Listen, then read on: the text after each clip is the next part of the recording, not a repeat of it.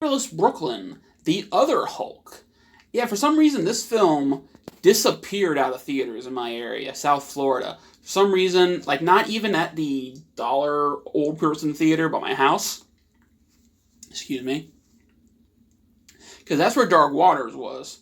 That's why I didn't see it because I only go to Regal because it's free. But this one, it was in theaters for a week, one weekend. Like I think it wasn't even in there like on Wednesday, so it was like it was there Thursday, Friday, Saturday, Sunday, Monday, Tuesday, and then it disappeared. Like, what was it, a limited engagement? Was it that bad? Did it do that bad that they wanted to get rid of it? Because there are movies in there, like, I went and saw Doolittle, and I was the only person in the theater, so I know it can't be that, because you think they would have got rid of Doolittle then. And Doolittle's on, like, a second week when I went and saw it. So, I will never understand why this movie was pulled. I know a lot of people hated it. I thought it was fine, in all honesty. I would have loved to see Norton in a strict noir film, not one where he has Asperger's and that kind of stuff, and one where he's the real private eye and not the guy who works for the private eye. You know, spoiler alert, the private eye is killed, and then Norton becomes the main character, but, you know, one where it's his company. He's the guy bringing people back to his thing, and, you know, because he did a really good job at it. You know, I kind of like noir films. They're kind of entertaining. I thought this film was fine. As I said with the other one, starring the other Hulk, Ruffalo, I'll probably never watch this film again, in all honesty, but I'm not going to delete it either. Because this one also has, for your eyes only, for voting purposes only, for review purposes only, all over it. Or at least on the top and bottom. Like it switches every now and again. It's not as bad as Uncut Gems. Uncut Gems, it sticks there, and it stays there throughout the entire movie at the bottom of the screen. Like, I had to press pause because it was like burning it into my TV for being on too long. I thought it was fine, in all honesty.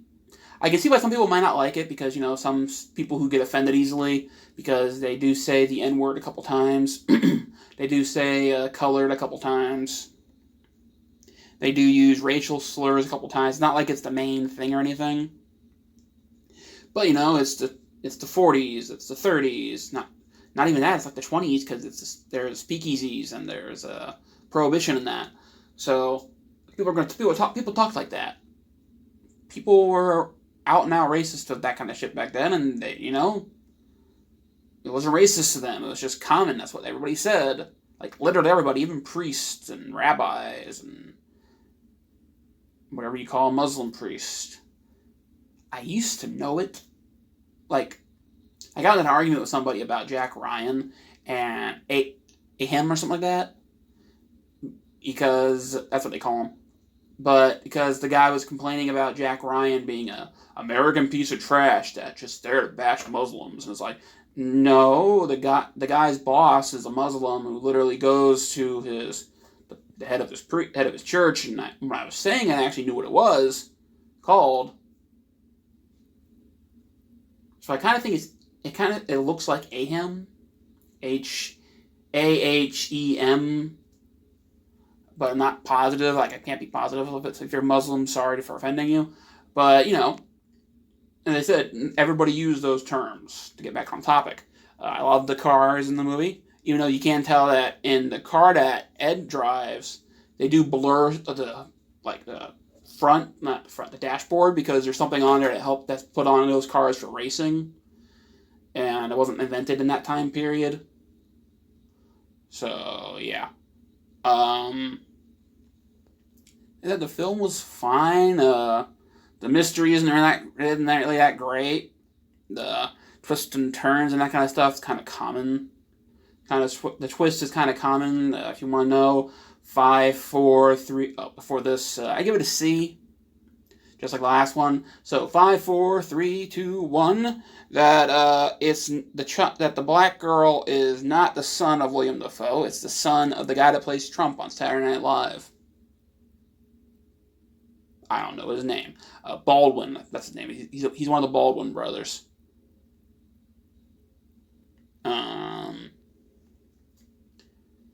As I said, I probably wouldn't watch it again. Maybe I'd buy a real official version at Dollar Tree, maybe. or maybe for like $2 or $3 on like Black Friday, maybe. Same thing with Dark Waters, but it just sit there because these movies, they're fine. Like I said, they're fine. I've seen pure crap, so I know what it is.